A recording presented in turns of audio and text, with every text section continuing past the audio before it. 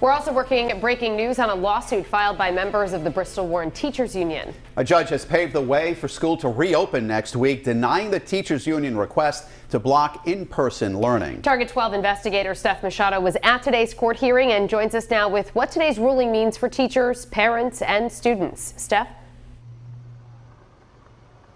Mike and Shannon, if the judge had agreed with the teachers union, this case could have had a domino effect across the state. But she did not agree with the union that Bristol-Warren schools should not reopen, therefore paving the way for kids to be back in class next week.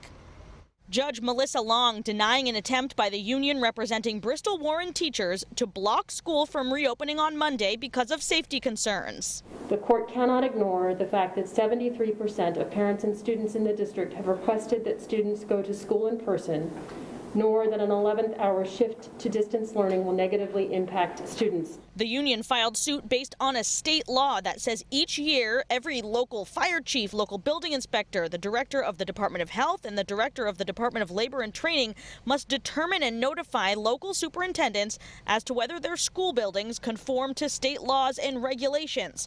The lawyer for the Bristol-Warren Education Association argued that should apply to the state's COVID-19 facilities guidance. Because right now, teachers are not feeling comfortable going back to the rooms. But Judge Long disagreed, siding with the school department that the law does not apply to COVID-19.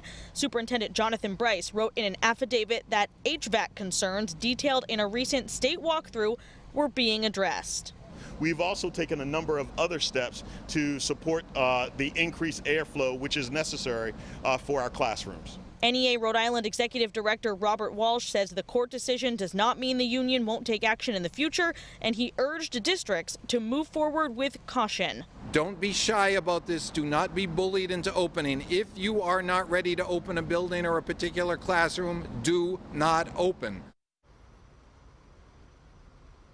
And Bristol-Warren already has one teacher who tested positive for COVID-19. 8 others are now in quarantine as a result. That is why the Colt Andrews School is not reopening next week, so it can be deep cleaned. 4 other schools in the district are reopening, plus Mount Hope High School is reopening on a very limited basis with kids in school 1 day a week. Live in Providence, I'm Steph Machado, 12 News.